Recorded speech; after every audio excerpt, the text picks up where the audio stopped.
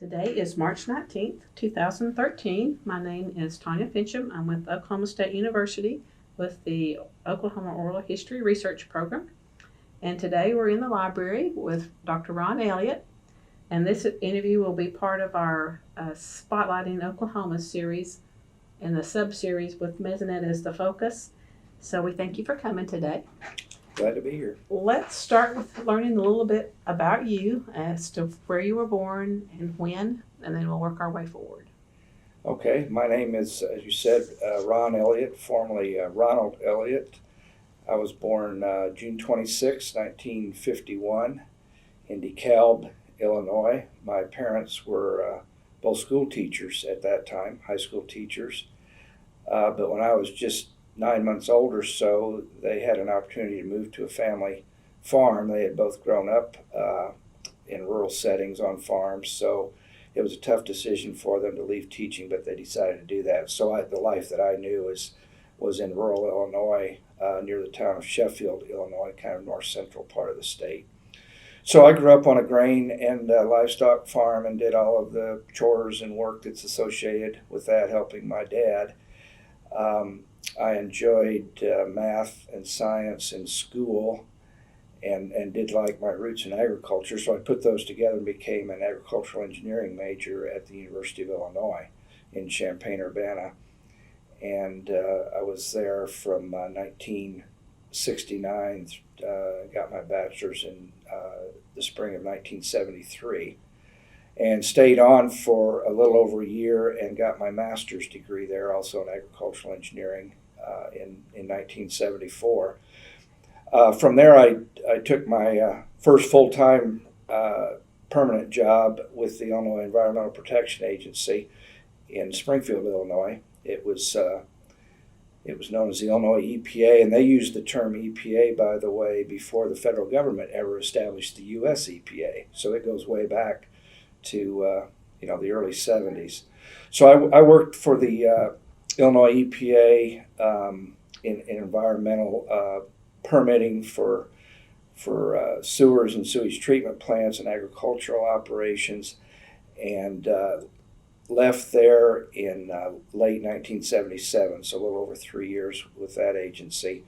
And I always knew that I probably wanted to be a university professor, but I used that time to make a little money and to take a break from school after my master's, and then I was ready to go back for my doctorate program.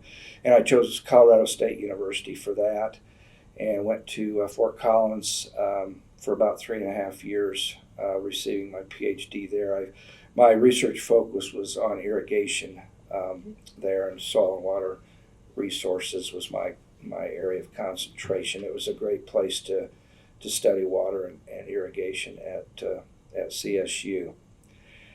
Following that, or as I was winding up that program, of course I looked at job opportunities at universities. I believe I interviewed 4 places that spring and ended up going with the first place that interviewed me, which was Oklahoma State University. Started here in Stillwater in October of 1981. Planned to stay for a few years and then probably move on somewhere, but 32 years later or whatever, I'm still here. It's been very good. I started as an assistant professor in research and teaching, and was later promoted to associate professor and full professor, the normal academic ranks, and continued doing both research and teaching here at OSU. In 2001, I became department head of the department that I had worked in, which was, when I first came, it was known as agricultural engineering, and then we changed our name in the probably early 90s to biosystems and agricultural engineering. Kind of a reflection of what was going on nationally in our discipline, bringing more biology into the curriculum and into the research, so our name reflected that. Anyway, I became department head in early 2001 and stayed in that role till I retired in the summer of 2010. Here it is almost 3 years later. I'm still working with the department, still working with Mesonet, which is the subject of this interview today. So still engaged, but I'm mostly retired, I guess you would say. I would think a lot had changed over those 29 or 30 years. Yes, very much has. On a personal level, a lot changed because I came here a bachelor and I met my wife in Stillwater, and we now have 3 children that are in their 20s, all graduates of OSU. So that certainly was a change for me over time. And of course, being in agriculture and engineering, we've seen a lot of change in the technology that's applied in agriculture. This was long before the internet and cell phones and everything else that now pervades our life. Well, when you were back on the farm with your parents, did you have particular chores? Yes, we were primarily a hog farm for most of the time. We had cattle and chickens for a while, so I was involved in feeding them, watering them, and gathering eggs and those types of chores. We never had milk cows, no dairy, which I was probably glad of. But my dad eventually ended up focusing on hogs. He thought that was where our best opportunities were. We still raised a lot of corn and soybeans and some wheat on the land, but our primary livestock enterprise was swine or hogs, and I spent a lot of time feeding and sorting and cleaning up manure and all those kinds of things on the farm. So I think my dad was responsible for instilling some work ethic in my siblings and I. So. And how many siblings did you have? I have a younger brother, 2.5 years younger, named Bob, and he graduated from the University of Illinois in agriculture and has been back on the home farm ever since, which I'm glad of. He, at least so far, it stayed in the family, the farm, and so he's there where I grew up. And then I have a younger sister that's about 4 or 5 years younger than me, and she lives in Champaign, Illinois. Her husband's on the faculty at the University of Illinois. Her name's Mary. So not ag. Her degree was in, I think it was still called home economics then. Now it wouldn't be called that, but my mother was a home economics teacher before they moved to the farm, and my sister kind of followed in her footsteps. Well, as you acquired knowledge in the field, did you take that back to your parents? They were always interested in what I was doing, but they weren't the latest technology adopters or anything, being in their generation, but they were always very interested in what I did. And another plug I wanted to put in for my upbringing, and I had a really solid family situation and everything, and good schools and community, but 4-H was also a pretty big part of our lives. We were all 4-H members, and I think that helped instill some things in me at an early age. Involved with the county agents then? Yeah. In fact, 3 summers during my college career, 3 different summers, I worked as what they called a summer assistant in our local cooperative extension office in the county, helping with the 4-H fair and other programming. So I kind of continued that on into college in terms of having a summer job in the 4-H program. Were you involved with Roundup here on campus then? A little bit. I've, of course, been aware of Roundup for many years and probably was involved with a session or 2, and certainly the faculty that I supervised as head, they were very involved in it as well. It's a great event.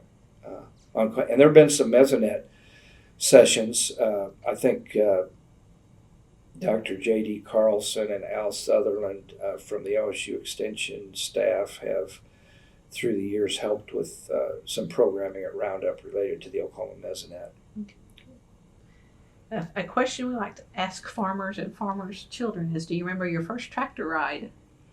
I really don't. It had to have come at a very young age, sitting on Dad's lap or whatever. And the first back then there maybe wasn't quite as much care and concern about safety on tractors, and And I think about many times when we would ride to the other farm on a tractor, and I'd be sitting on the fender while Dad was driving. My brother might be on the other fender, and we were just going to, do some chores or whatever. And so kind of shudder a little bit when I think about what could have happened. But I mean, we were safe and everything, but there just wasn't as much attention on that. I remember learning to drive vehicles. Probably the first thing I drove was a big old 2-ton truck that wasn't all that easy to drive, but I was maybe 14 or something, and we'd, at harvest time or whatever, take it from one farm to the other, and I would drive that at a fairly young age, and it was a standard transmission and a big old clunky thing, and you probably had to pump the brakes. So then when I learned how to drive a car, that was pretty easy after starting on a truck or tractor. A pretty big deal to get to do it that young. Yeah, but it was just part of work, and spent a lot of time on the tractor. But the hog chores were each and every day, and that's probably what occupied a great deal of our time. The crop work was more seasonal. How many acres did he have? I think at that time we had about 380. Pretty good Illinois black farmland. Not real well drained, so there was tile drainage, subsurface tile on virtually our entire farm. But it was good rich soil, and we farmed it year after year. Now my brother, between what he owns and what he rents from others, he's probably farming more like 700 plus acres now, a little bit bigger than back in the day. It takes that much more to make a living doing it, I guess. Yes, the economies of scale have agriculture's changed a lot everywhere. Illinois, Oklahoma, and everywhere else. A lot. Okay, so in 81 you came here. Mm-hmm. And probably not too soon after that, the Mesonet started to percolate, didn't it? Yeah, we didn't know it by the Mesonet at that time, but the early seeds were probably starting to be planted then. My work, the reason I got involved in all this at all is that my work was involved in irrigation water management. In other words, how much water do crops use and need? How often should we irrigate, and how much should we put on in terms of efficiently using irrigation water? So that was the focus of my research at that time. And to be able to estimate how much water crops use, weather information is very important.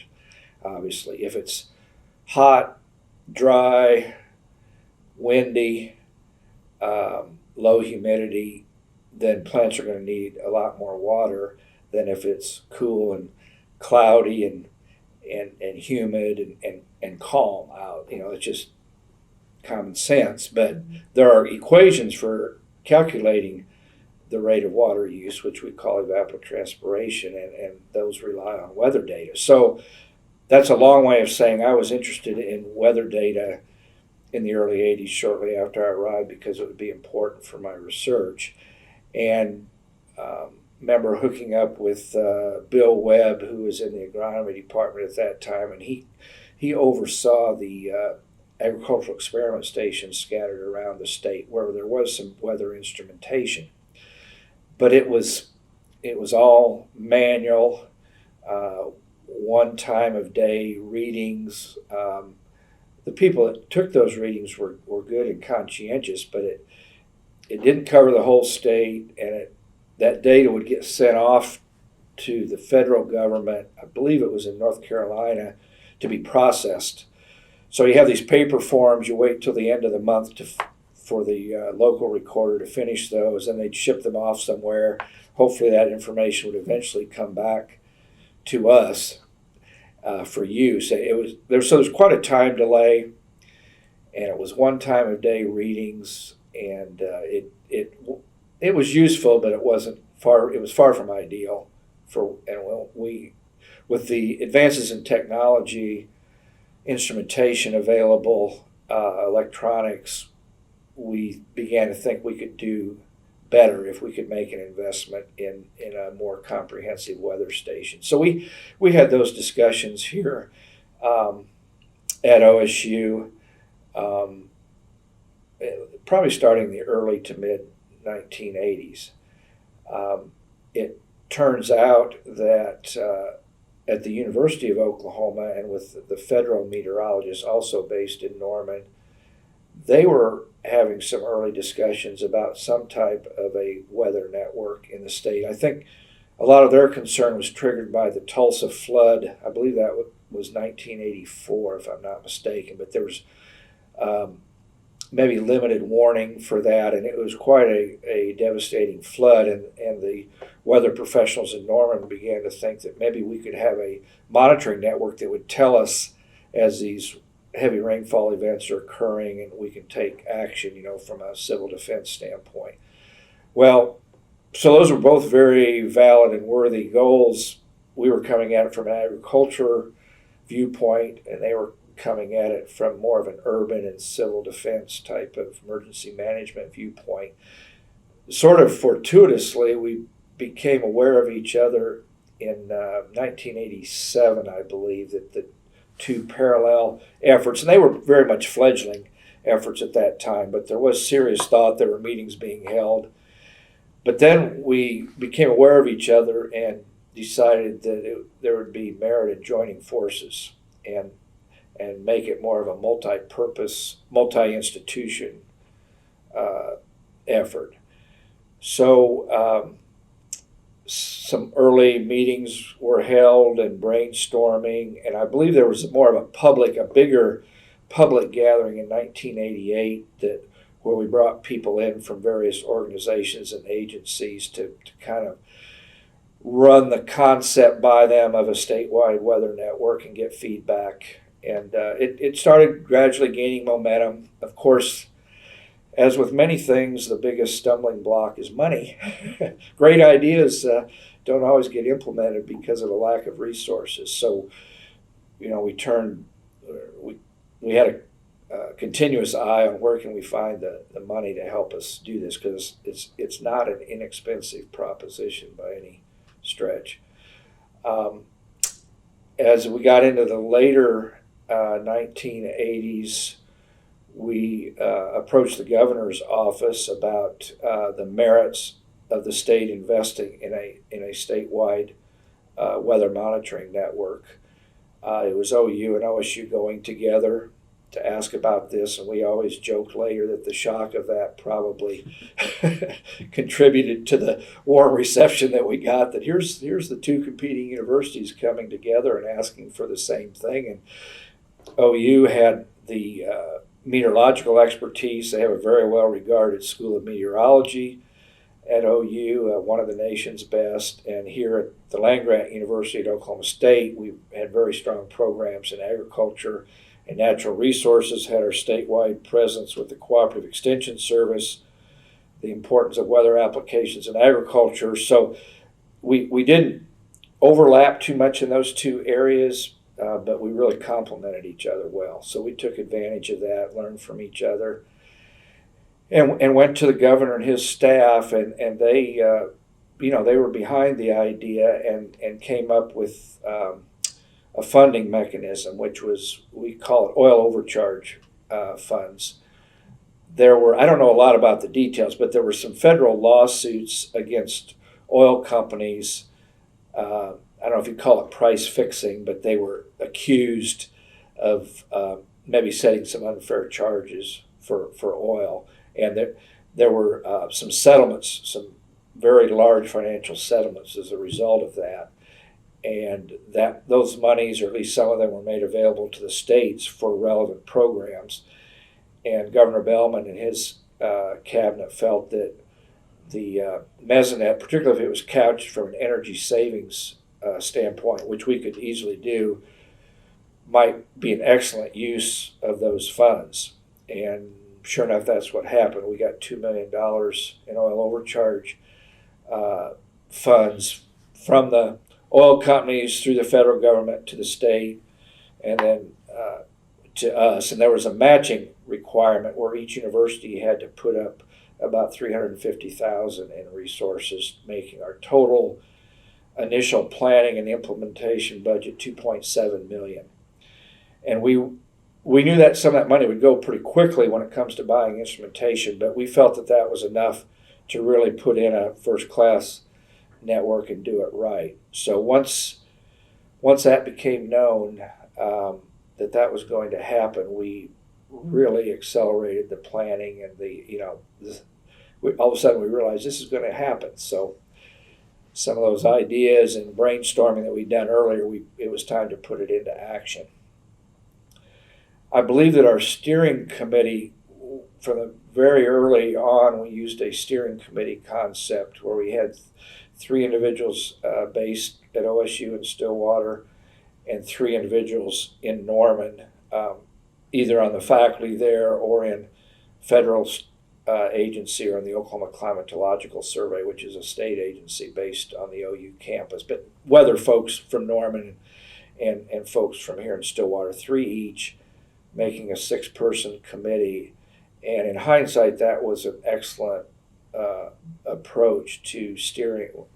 We called it the steering committee, steering a project like this. I'm probably biased because I've been a member of that through the whole time, so others would maybe be a better judge of how well it's worked. But I think it has been an effective way of first planning, designing, building, operating, maintaining the Mesonet. I think the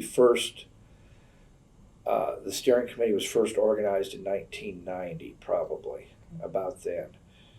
And I think it was in late 90, early 91 that we formally got the oil overcharge funding and the university match, or the $2.7 million, to work from.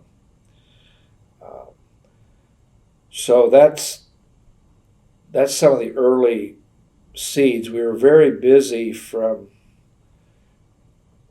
91 through 93 with how many sites are we going to have, where are we going to put these weather station sites, what are we going to measure in terms of the weather variables, what kind of instruments are we going to buy, what about our data loggers and computers, how are we going to communicate the data from the field, the remote field sites, to the central processing location. Just many different decisions to be made. So the steering committee met rather frequently during that. I think it could have been as often as every 2 or 3 weeks for a while there, at least monthly.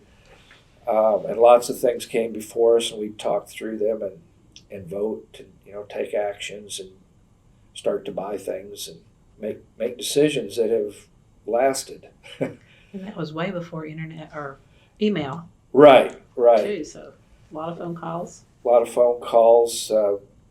We met face to face and for probably a half a day at a time and pounded out a lot of decisions during that time. One of the smart things that we did was involve other experts in the planning. I believe it was 10 or 11 different subcommittees that we formed to tackle some of these various tasks that I mentioned in the planning and design stages. And we had, I think it was over 50 experts they could have been other university people or from state agencies or from potential user groups of weather data, would get together in smaller subcommittees and hash out some of those details, like what criteria are we going to use for establishing what a good site is, a good location.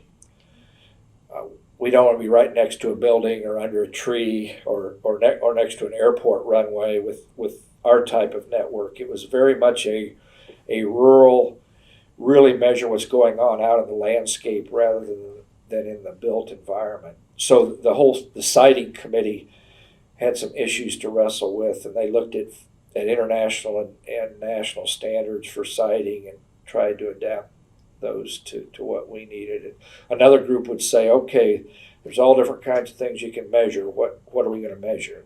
And once that group had a recommendation, then the sensors committee would decide what based on bang for the buck and quality of the data, what are the best instruments to use to make those measurements, for example, of rainfall or of humidity or solar radiation or whatever the variable might be. So many different decisions.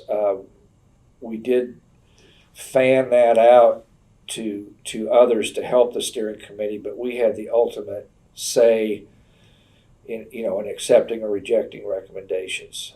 But the other thing that did with the subcommittees was it built up a sense of ownership across the state. They were a part of it, even though those committees might only function for a few months or a year and a half or whatever. They had a lasting impact, and they were part of those initial planning and design efforts. Was it difficult to find sites to actually, once you find the sites, get the landowners to agree to host or whatever? Well, this is where the Cooperative Extension Service presence helped a lot. We had Mark Shellberg from the University of Oklahoma, who I think was a graduate student at that time. He handled a lot of the western half of the state, and J.D. Carlson on our faculty here, an ag meteorologist that we'd hired along with Mesonet's beginnings. He handled a lot of the sites in the eastern part of the state. So they were on the road checking out sites. We didn't just settle for somebody who was saying this would be a good place, and we would always visit, carefully survey the surrounding area to see if it would work. But a lot of our tips on once we knew what the siting standards were, we would work through county extension educators to help us. They know the local people, the landowners, their county, and they might suggest sites to us or respond to sites that we had found and say, yeah, those people would be great to work with or whatever. And we use that network very effectively, but our people would always go to the site, survey it, pick out the best place. And one thing that we're really proud of is we don't pay rent at any of our 120 sites. And, some of them we have been there now for over 20 years.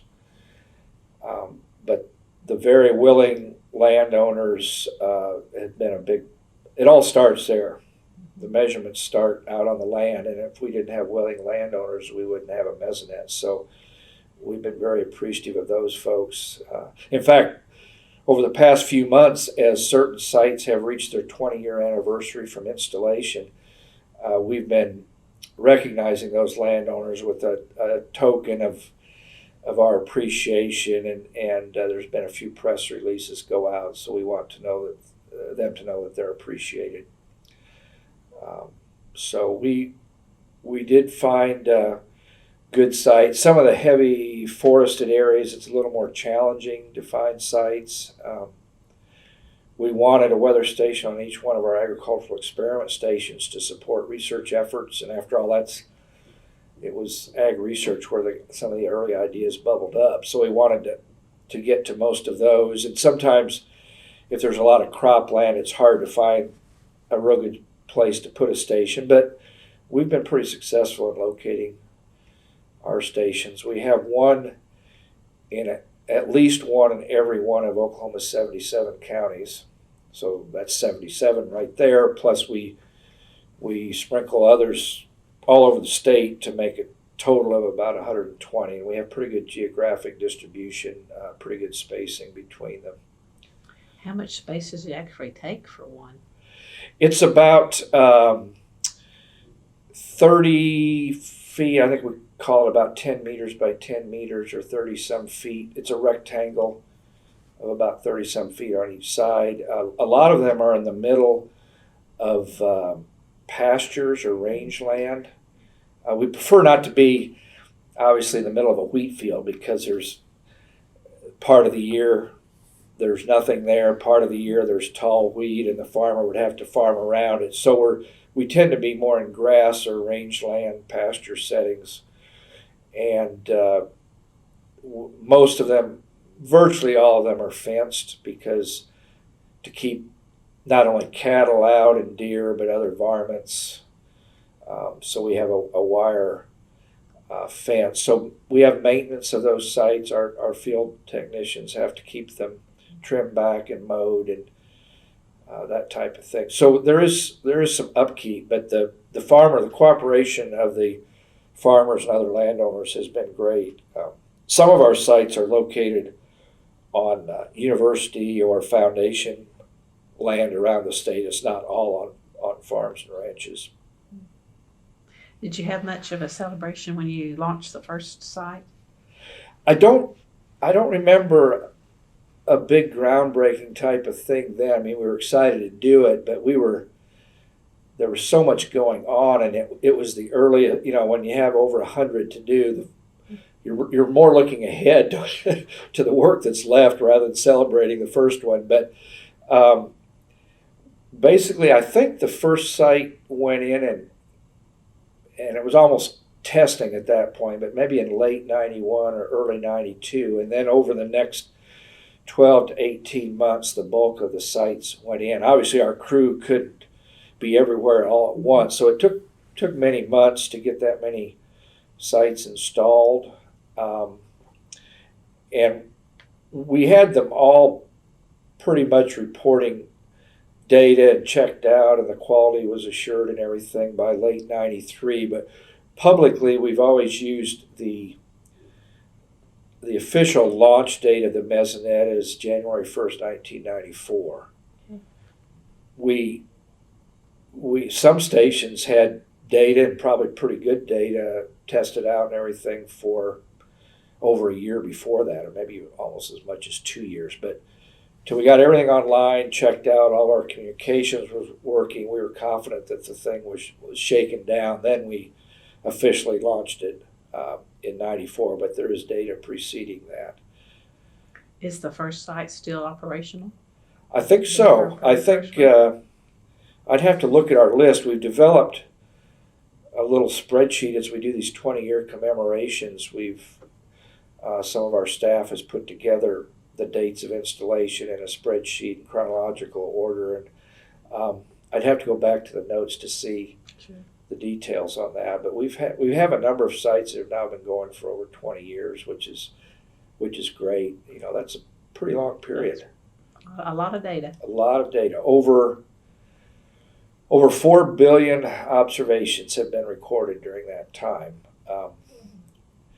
How do you get to 4 billion? Well, when you we haven't always been at 120 sites, but we've been at over 100 sites for a long time. When you take the number of different variables that we measure, rainfall, radiation, wind, speed, direction, soil temperature, soil moisture, relative humidity, I'm probably forgetting some, but a lot of different variables. And then when you report those every 5 minutes around the clock, you multiply all that out, it adds up to a lot of observations every day. And over the history of the Mesonet, it's well over 4 billion that we've collected. Stored? We have, that was a bigger issue early on. Large-scale computer storage has kind of kept pace with, and now we don't think much about it, in this age, the ability to store and move data around. But it was different in those early days, and the speed of processing that data has changed dramatically.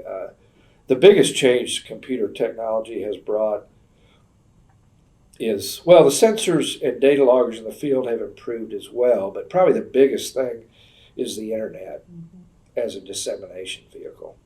So early on, how did the data get from the site to the hub or whatever? Well, the data is moved from the field site into the hub the same way it was way back then.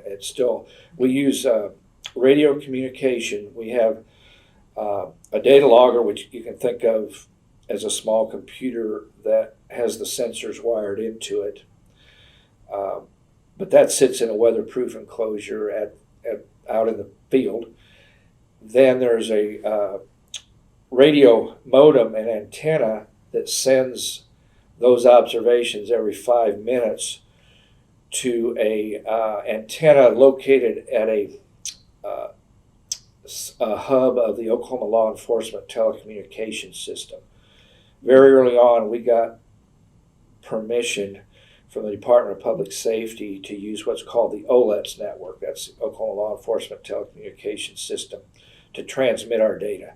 That's a very high speed, high quality data line even back in the 90s.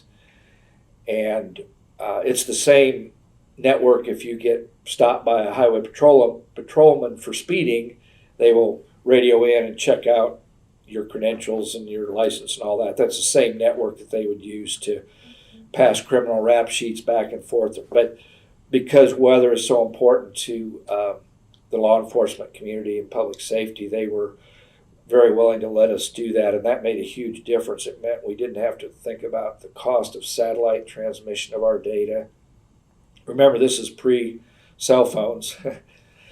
So back to the data transmission. It starts at the field site, gets transmitted by a VHF radio to one of these law enforcement hubs. It could be the OSU Police Department, it could be a county sheriff, a highway patrol office, something like that, where the data is taken in and then sent across their high-speed network to Norman, which is where our central processing is. Our Mesonet headquarters are based in Norman, and we made that decision early on for several reasons. Central location in the state, the Oklahoma Climatological Survey, which is a state agency that has a mandate to do weather and climate information for Oklahoma, was there based on the OU campus. A couple of our steering committee members, in fact, came from that agency. So with the availability of all the meteorology students there, both undergrads and grad students, and federally, Norman is kind of a hub for weather activity. So there were a lot of good reasons to base most of our operational logistics out of Norman. And we made that decision early on, and it's worked out well. But OSU remains very much a full partner in all of the decisions and the workings of the steering committee and all of that. But most of the employees are in Norman.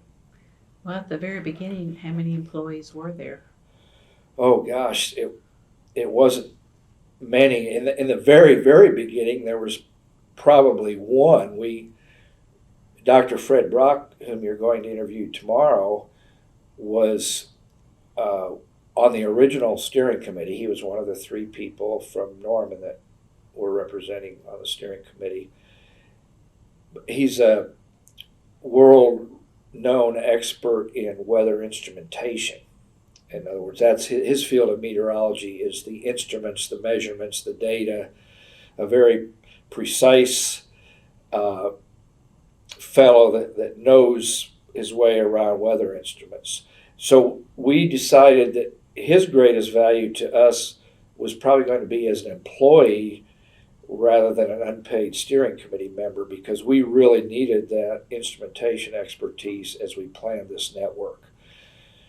So we did make that decision. Of course, he was obviously agreeable to it. So he became our first, I don't know if we called him that at the time, but he was our Mesonet project manager.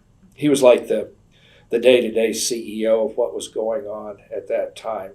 And since then, we've had other project managers or Mesonet managers. Another one you're going to interview tomorrow is Dr. Chris Fiebrick, and he's been in that role for several years for us and doing a great job too. So Fred met every time with the steering committee. He was kind of our operations guy, and we went with a lot of his advice, and he would hire people as needed to help in the various roles as we began to build the network. We used graduate students for some of the things. But it would be interesting. I guess they could go through personnel records at OU or something and figure out how our staff grew through time. I don't remember the details at this point, but now we're probably close to 30 employees that work with the Mesonet via the Oklahoma Climatological Survey. So And still getting funding from the state or other sources? yeah, we're getting the 2.7 million was great to get us going, but it wasn't recurring funding. It was one time. So funding is a good question, because in the 90s well, it wasn't quite this bad, but we were wondering where our next meal was coming from in terms of keeping the thing going, because it's if you're going to run a high quality network of this scope, it's not free, and we needed to we had this great network built and implemented. Now we've got to keep it going in a solid way. So I remember Dr. Crawford and I, who's the co-chair of the steering committee with me, would call on state agencies at that time, go to the heads of I think it was about 8 different state agencies, and point out to them how valuable Mesonet information was going to be to their work in that agency, and sort of begging, can we get a little money out of your annual budget for this year so that we can operate and maintain the network properly. And to their credit, they were all very supportive to the extent that they could be, given their budgets. They all recognize that weather is so important. So we pieced those various contributions together from state agencies. We also got a major infusion from the Samuel Roberts Noble Foundation, based in Ardmore, a well-known philanthropic organization in Oklahoma that has its roots in agriculture, and they came through with a sizable grant to us in those fledgling years that certainly helped keep us launched in a very positive way, and we'll be always grateful for that contribution. Then eventually, as we moved probably more to the year 2000 time frame, we were able to get into more of a permanent state funding line. The legislature recognized the value of Mesonet. They made funds available as part of their appropriation to the Oklahoma State Regents for higher education. And then the higher regent staff would allocate some annual funding for the Mesonet. That it doesn't cover everything, but it's a good sum of money, and it provides a solid foundation. We add to that with user fees, research grants that have helped us through the years, certainly special projects. So we're always on the lookout for funding opportunities. Now we're part of a national kind of a prototype network where we provide data to a national clearinghouse, and we get some money back in return for that. So we also have some federal partnerships, some long-term federal partnerships that have been very helpful, both in terms of programming and funding. The National Weather Service we cooperate with because they value our data a great deal in their weather forecasts, and we in turn transmit their forecasts through our dissemination system.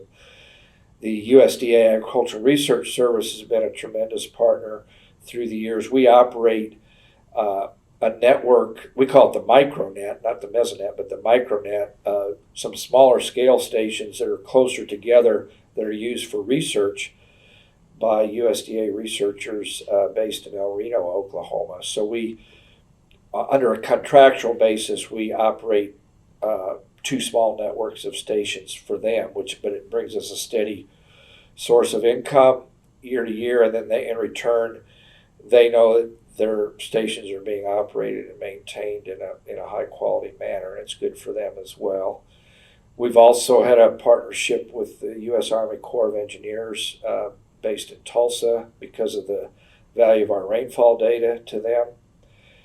And the Department of Energy ARM project, Atmospheric Radiation Measurement Project, a long-term, large-scale research project in Oklahoma, has also been a partner of ours through the years. So we leave no stone unturned in terms of looking for collaborators and funding sources.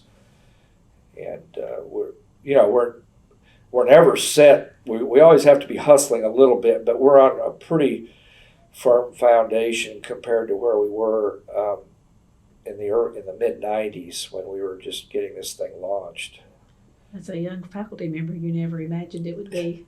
No, we had no. This I don't think any of us had any clue what it would evolve into. I mean, I just wanted some better weather data to write some research papers, and our extension people wanted some better data to help in agricultural applications, and the folks at Norman wanted better and real time rainfall data to help in flood forecasting and that type of thing, and it's just developed momentum and kind of taken on a life of its own. I think there's a lot of reasons for the success.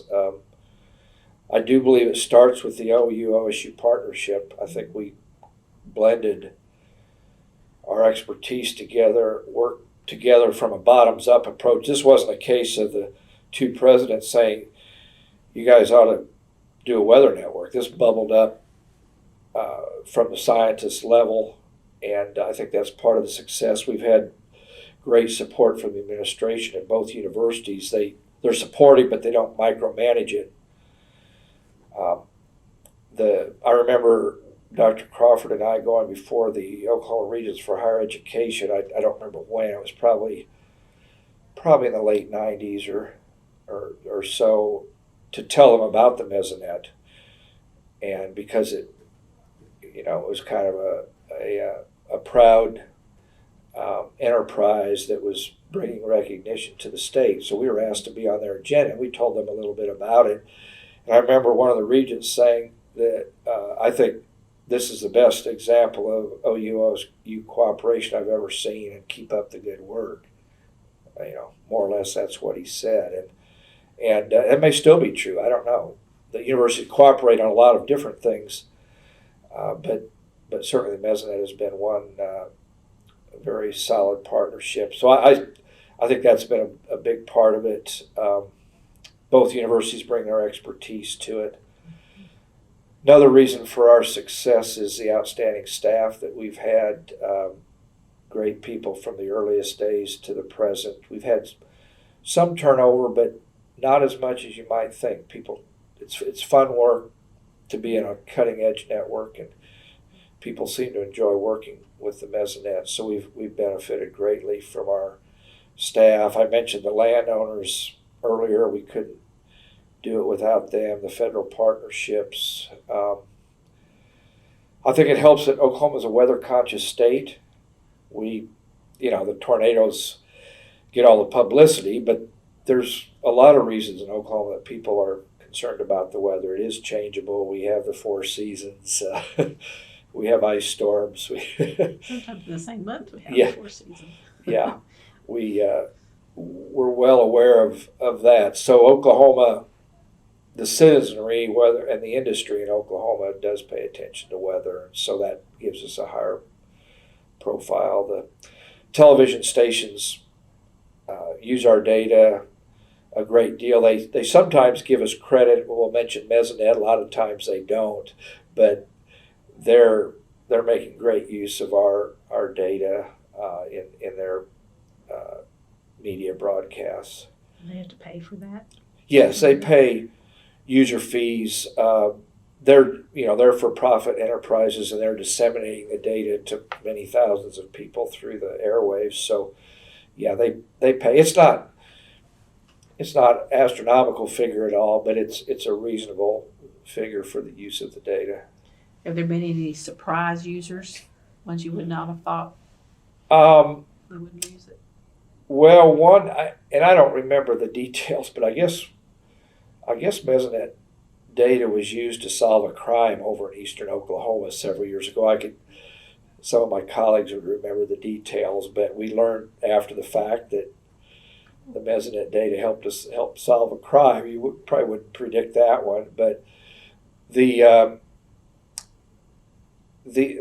users probably don't surprise me in terms of the categories of users, but the level and depth of their use may be surprising. The great extent to which they're using the data. We have the education community. That's K through 12 education as well as higher ed. Certainly, uses it in classrooms and educational settings. We have researchers, many graduate theses and dissertations have been based or utilized Mesonet data through the years. We have faculty on both campuses that have made extensive use of Mesonet data.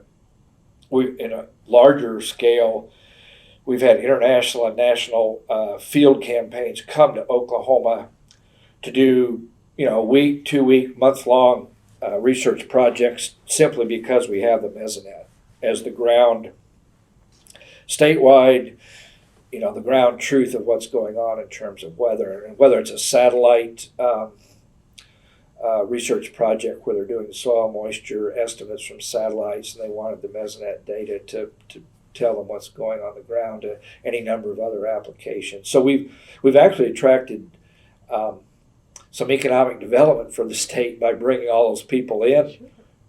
They get motel rooms, they eat meals, they drive around, buy gas. So we've been kind of a go-to place for those types of research campaigns, even beyond our, people from outside our borders. The emergency management community has made great use of our data. The folks at OU have had a special program targeted at them called OK First, which has been going for many years, which trains emergency managers out across the state in the use of Mesonet data as well as the federal radar data and other sources to help them in their civil defense situations, emergency management. So they're some of our biggest users. Agriculture, it goes without saying, there's many different applications in agriculture, pesticide application, irrigation management. We have fire management applications, wildland fire management. Obviously, weather's a huge deal there. The transportation industry uses it, construction industry, tourism, and just the general public. If people want to know what's going on, they can get on the Mesonet website or on their mobile phone and pull up the latest. Might only be 5 or 10 minutes old, so it's an excellent resource for the state. We're proud of the multi-purpose use of the network. It isn't just for one sector. Have other states come in to see how you do things? Yes, we're kind of a magnet for a lot of folks are jealous of what we have. Other states have come in to take tours and sit alongside our people for several days to figure out how we do it and try to learn from that. Other countries have sent delegations to check out how the Mesonet operates. And to give credit, in the early days, we were looking at what other states were doing too. I mean, California and Nebraska had pretty good agricultural weather networks across their state, so we learned from places like that. But without bragging, I think we're recognized as having the premier network in the country, maybe the world, but for sure the country, when you consider the number of stations and the statewide coverage, how closely they're spaced together, the number of different things that we measure, the quality of our instruments and our data quality control, and the frequency of bringing it in every 5 minutes. When you put all that together, I don't think we have any equals. And again, it sounds like we're bragging, but I think it's true. Well, how did they come up with the name Mesonet? That's a great question. It's a mesoscale network. I learned a little bit from the meteorologists. Of course, we've heard of micro and macro applied, those terms, but meso is sort of an intermediate scale. And I guess for meteorologists, it means like on the order of maybe 15 or 20 miles, 30 kilometers, something like that, spacing or that kind of spatial scale. So that is about the spacing average across our network. The stations are typically around 30 miles apart. It's not a perfect grid by any means, they're scattered, but so the meteorologist said that's a mesoscale network. And so we just shortened that word and then shortened. For a while it was known as Mesonetwork, and then we kind of dropped the work and it became Mesonet, and now I don't know if it's probably not a household name in Oklahoma. There's still people that don't. Is it trademarked? I think it is. I think we realize we probably ought to protect that a little bit. Well, you've been there 20 years. What do you project for the next 20? More of the same? I'm not real clairvoyant, I'm afraid. I kind of deal with the here and now. But if we keep our attitude of being open to opportunities and not limit ourselves and say, okay, this is enough stations or there's nothing else to measure. I think with advances in technology, there's always going to be opportunities to upgrade, probably opportunities to measure more things. We've had some special projects where air quality sensors were added, at or near Mesonet sites, or what we call energy balance calculations, more radiometers and soil heat flux and that type of thing, more researchy, but down the road, as we want to sense more and more of our environment, both the air and the soil, there will probably becoming opportunities to add to our repertoire of sensors and what we measure. We want to do it. We want to make smart decisions. We don't automatically want to add the latest and greatest to everything. We have to think about cost benefit and how hard is it to maintain. There could be opportunities to add stations. We're a little cautious about that. We have added stations. We've retired a couple. We've had to move a very few for one reason or another. It's been pretty stable. But we occasionally get a request, please add a station here. There's a hole here, or we're very willing to have a station on our site, or an organization says we've got to have one here. We'll listen to that, but we let them know the cost, that there's an upfront installation cost and there's also an annual maintenance cost. So we have a process for considering the addition of sites, and we're open to it, but we're cautious about not getting overcommitted. Just not standards for instruments, it's standards for everything else. Yes, yeah, everything else. We'd love to meet everybody's needs, and I think we do a pretty good job of that, but we have to draw the line in places too. I think there'll also be changes down the road in the products that we develop. We call them value-added products. We take that raw weather data and run it through models or combine it in various ways to help decision makers, policy makers, the general public understand.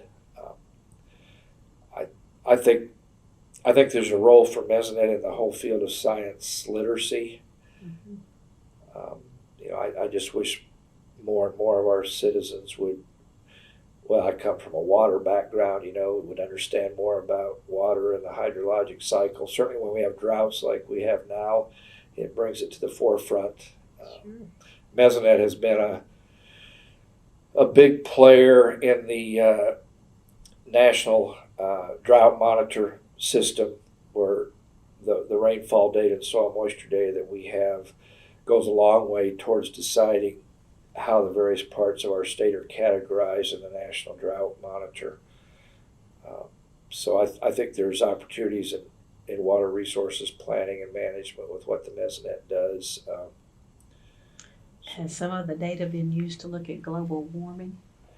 Well, the climatologists tell us that you normally think in terms of a 20 or 30 year time. I'm not an expert on this, but a 20 or 30 year time period, you could begin to call that climate. It's a long enough record. But we have so much variability in weather. that you can't just look at a couple of years and say these are the climate trends. Of course, there's been a lot of debate about that with climate variability, climate change, but certainly our benchmark of over 20 years of data,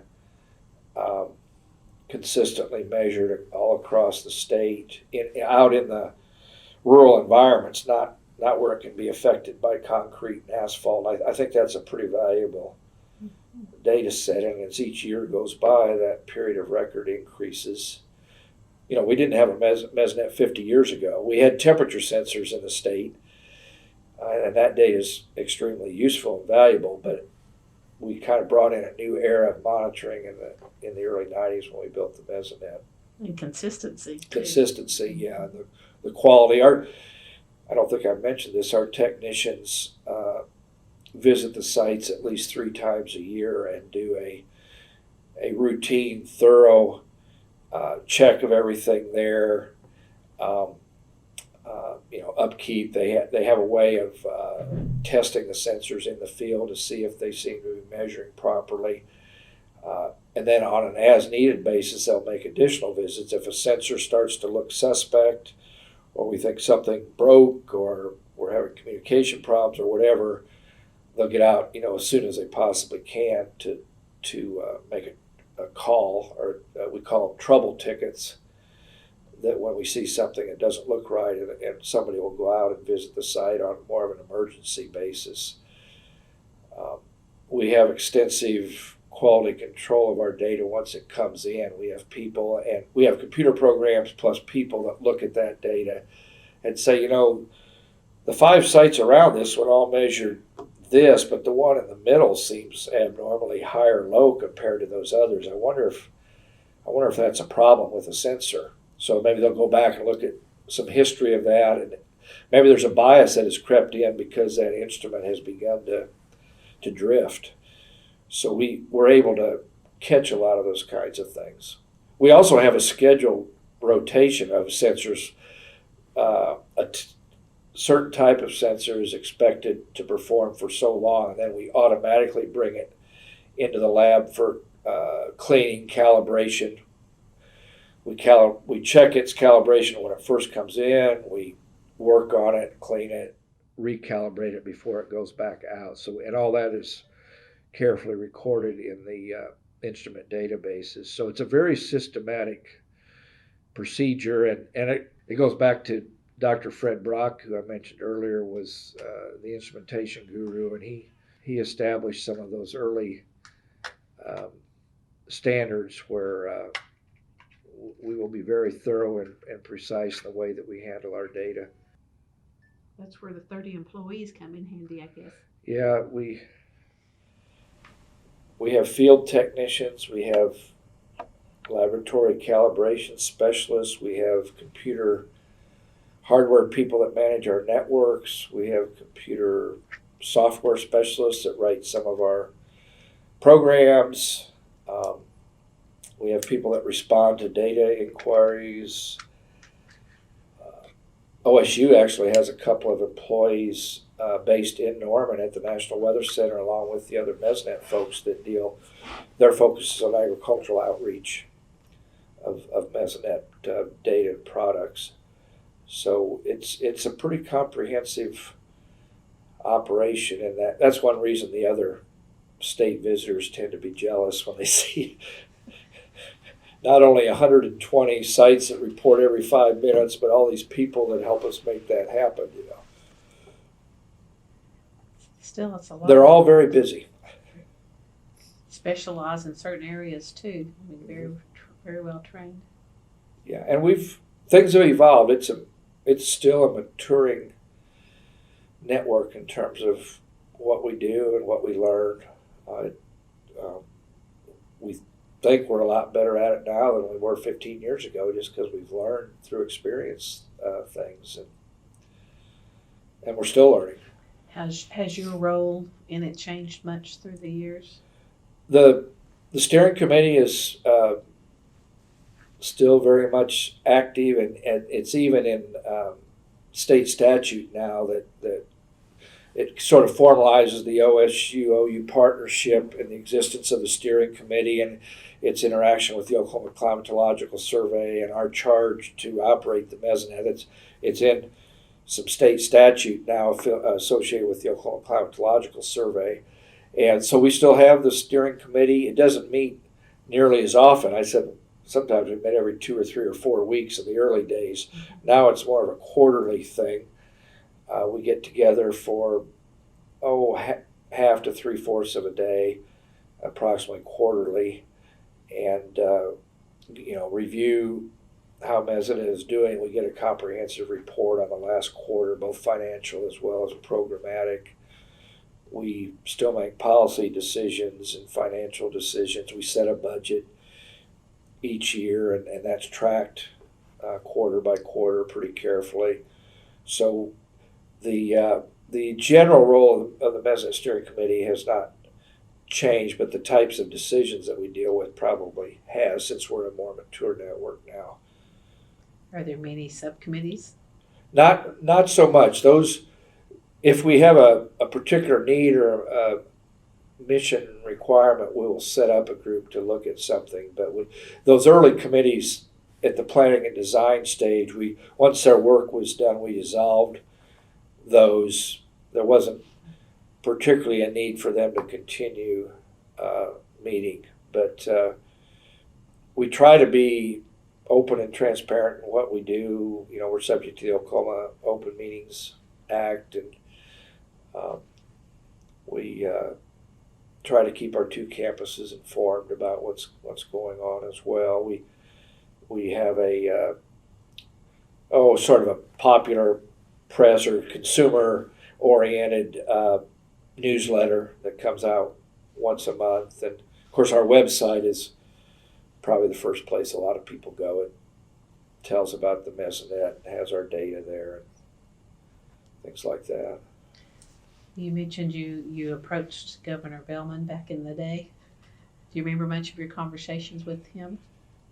Not a lot. I probably had more interaction with him later. I know I did more later when he worked for a time on our campus after he was out of politics, and we were very fortunate as an Oklahoma A&M graduate that he came and shared his expertise on our campus and had an office in Whitehurst. So I'd seen some of that. He always remained very proud of the Mesonet. He, being a farmer from the Red Rock area, he watched the weather there. He knew what the Mesonet site where his farm was saying, and he always asked about the Mesonet and how things were going. And but I don't remember the specifics of the earliest conversations. We were just a little nervous, saying, "Boy, we've got a chance here to get this thing funded."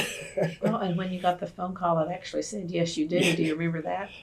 Yeah, it was. We had about 10 minutes of, "Oh boy, this is fantastic," and then the enormity of it kind of set in. Okay, now we're really launched. But that was a very exciting time, and things moved quickly. And we, I think it was I can't remember if it was our 5 or 10 year anniversary of the Mesonet. I should remember that. But we had Governor Bellman come back to the state capitol rotunda and cut a cake, kind of commemorate the anniversary. And I think he wasn't much for seeking the limelight, but I think he enjoyed that little reception and activity that we had. And internally we called him the father of the Mesonet, because he was the one that shared our vision for it and kind of caught the excitement and made the funding possible. He didn't have to use the oil overcharge funding the way he did, but he chose to do that. I think there were a lot of reasons. Probably, I don't know what went through his mind, but it was OU and OSU both together, and he being a farmer, he understood the importance of weather, certainly. And he was very forward thinking. He was very forward thinking. In a lot of different areas, not just this, but it's part of his, it's part of his legacy for our state. Of those original 6, how many are still involved? The original 6 from OSU, Steve Stadler and I are still. We were on the first committee, and we've been on continuously since. Steve being a professor of geography, and then Garrett Kupras, working in an entomologist working in Ag Extension, was on the original committee, and then we've had probably 2 or 3 other OSU representatives through the years that have all contributed, and the current member, 3rd member from the Stillwater side, is Claude Bess, who, I say Stillwater side, he actually lives in Ada, but he's the Southeast District Director for the Oklahoma Cooperative Extension Service. So he helps administer the Ag Extension Program, or the Cooperative Extension Program, not just agriculture, in the state. So Claude's been a great contributor and brings a field viewpoint that's very helpful. But he's been on several years. And then at Norman, Dr. Ken Crawford and Howard Johnson were original members. Howard retired, has been off the steering committee for a while, and Dr. Crawford did as well. And then I mentioned Fred Brock. Dr. Brock was an original member, but for a fairly short time because we turned him over to working staff. And then the current members, the 3 from the Norman community, are Dr. Kevin Clazel is my co-chair of the steering committee. He's the director of the Oklahoma Climatological Survey. Dr. Dave Stensrud from the National Severe Storms Lab is a member as well. He's a research scientist and brings a lot to our committee from that perspective. So he's actually a federal employee, but he's based at the National Weather Center. And then Dr. Fred Carr, who's a faculty member, former department head in the School of Meteorology at OU. So those are the heads that come together, like I said, quarterly, along with some staff. We meet with the staff. Chris Fiebrick, our Mesonet manager, is extremely valuable to us. He basically runs the Mesonet on a day-to-day basis and interacts with all of our staff and makes it happen. But so we work very closely with him.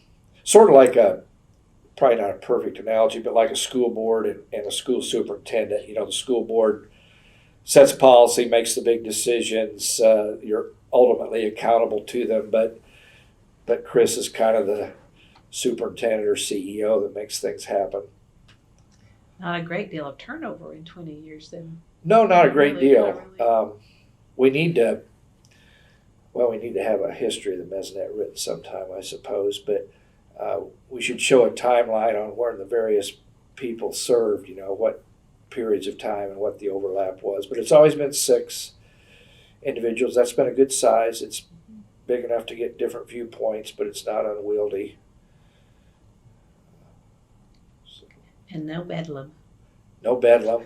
I guess we haven't screwed up too badly because we haven't had the administration at either university say, you know, that's enough. You guys, we got to do something different. So they trust us, and and we appreciate that. This is a long 20 years of collecting data. What do you do with all of that? Well, your biggest user has been just researchers, or? Well, maybe the most intensive user have been researchers, you know, where they run thousands or millions of observations through models and that kind of thing. We try to keep up a list of publications that have used Mesonet data in one way or another. It's a very long list of research publications, articles, theses, dissertations. But a lot of our users are more real-time. Like an emergency manager, they probably want to go back and study what happened, but they're more interested in the here and now because they have citizens that they're responsible for warning or advising other elements of their county or state government as to how to react to a particular severe weather situation. So, the emergency managers, it's very much what's happening right now and what do we need to be doing. Maybe how much has it rained the last 6 hours or, that kind of thing. Agriculture, it depends on what that farmer or rancher is doing. Is he interested in cattle comfort on a really hot, dry summer day, or is he interested in the alfalfa weevil that's affecting his alfalfa crop, or some fungal disease in grapes or watermelon or wheat or whatever? The weather impacts a lot of that decision making.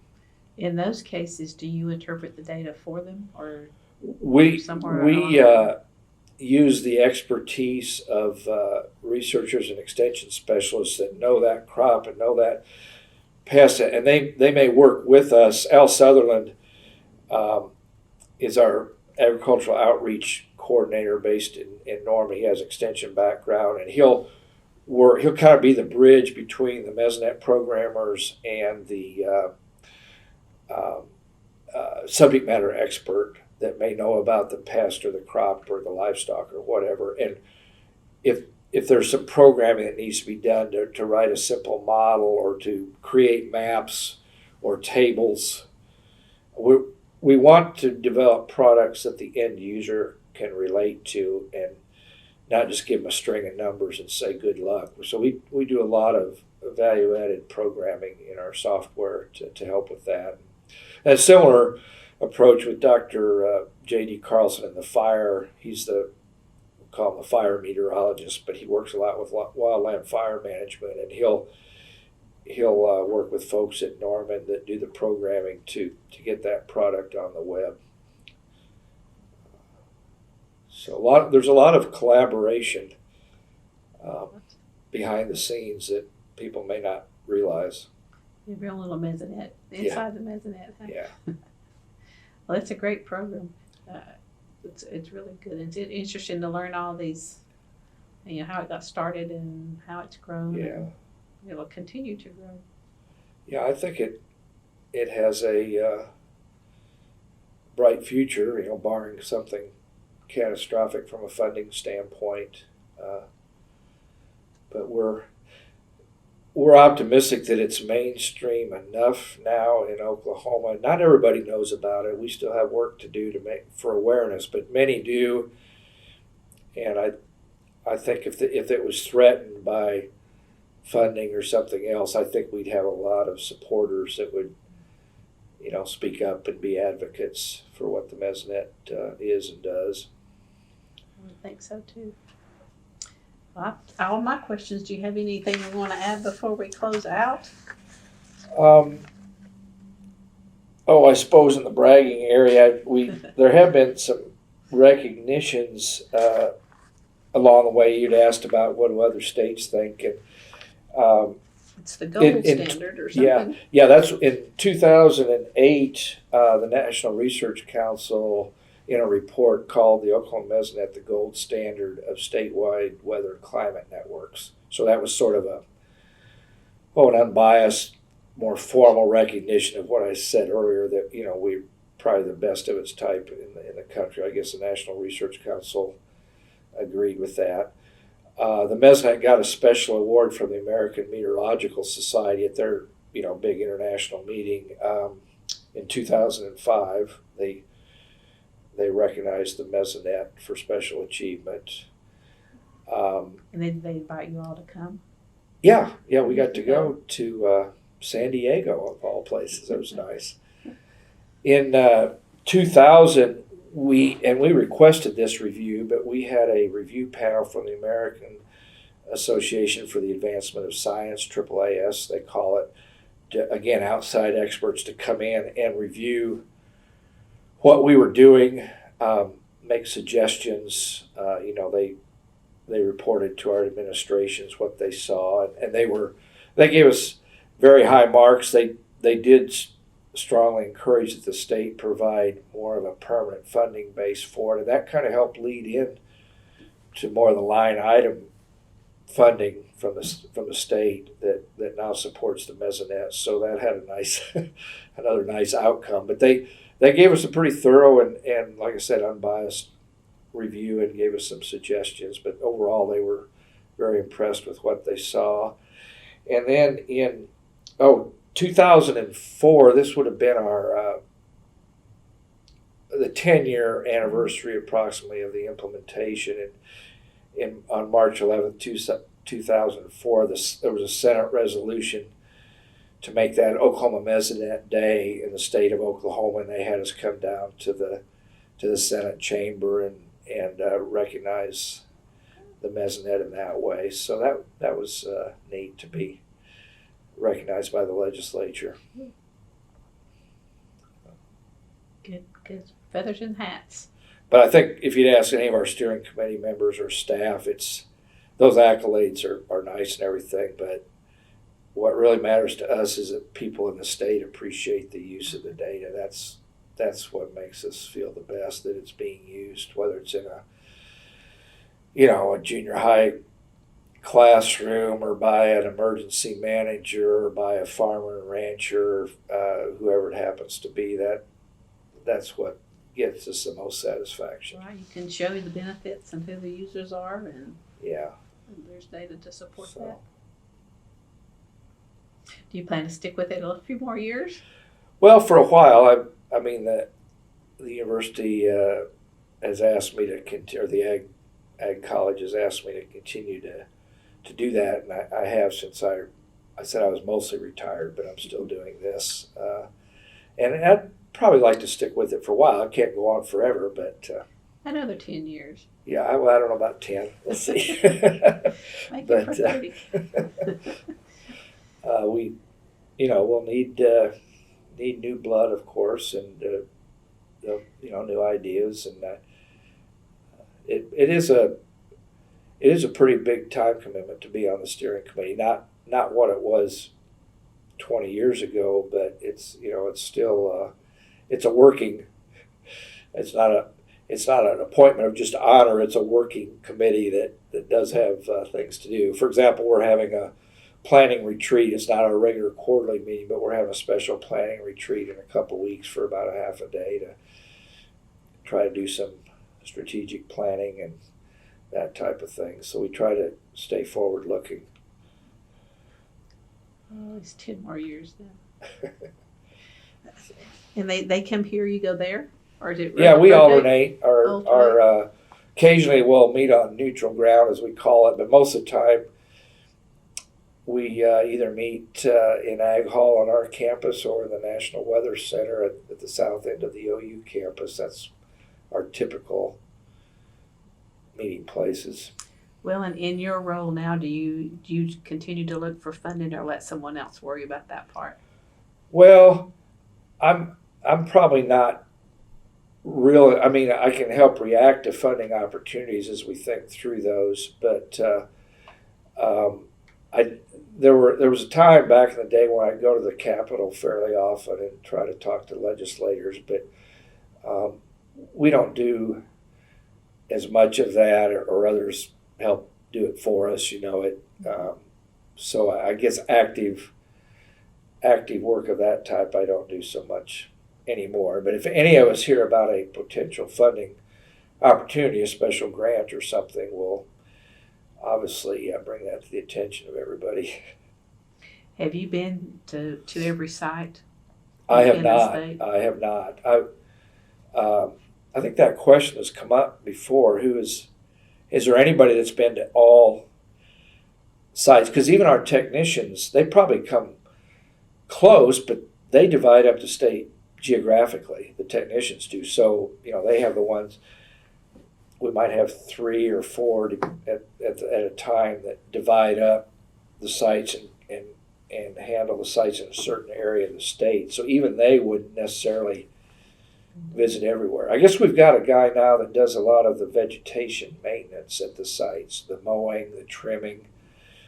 Obviously, that's a bigger deal in the spring and summer than it is in the winter. But he, among recent folks, he's probably coming the closest to visiting every site because he specializes in the vegetation maintenance. This would be a good way to learn the geography of the state. It'd be a great way, and some teachers have used it as a geography lesson because we have our website has panoramic photos from every site where you look in all directions, and so that's a great, you can show school children that the terrain in southeastern Oklahoma, the southeastern corner of the state, is a little bit different than it is in the Panhandle, right? And if you grew up in, I don't know, Stillwater or Fairview or Guthrie or something, you may not, if you haven't traveled to those places, you may not be aware of how much diversity we have. That's another use. Yeah. So it's not just the rainfall pattern maps and all that kind of thing. It's just the photos that are out there. Yeah, I think Dr. Stadler had mentioned that they may start measuring the column of air. Uh-huh. So Yeah. Well, that's another area of potential growth in the future. Is we're only 10 meters off the ground now with our upper wind sensor, and meteorologists would like to keep going up. It's kind of hard to think about, but we're measuring groundwater levels in a kind of a prototype situation with the Oklahoma Water Resources Board, where in collaboration with them we measure the depth of water in little sampling wells. That could expand in the future. So sky's the limit. Well, yeah, that's a good saying for weather, isn't it? The sky's the limit. Well, I appreciate you so much sharing your memories of the Mesonet, and thank you for coming today. Okay, glad to do it.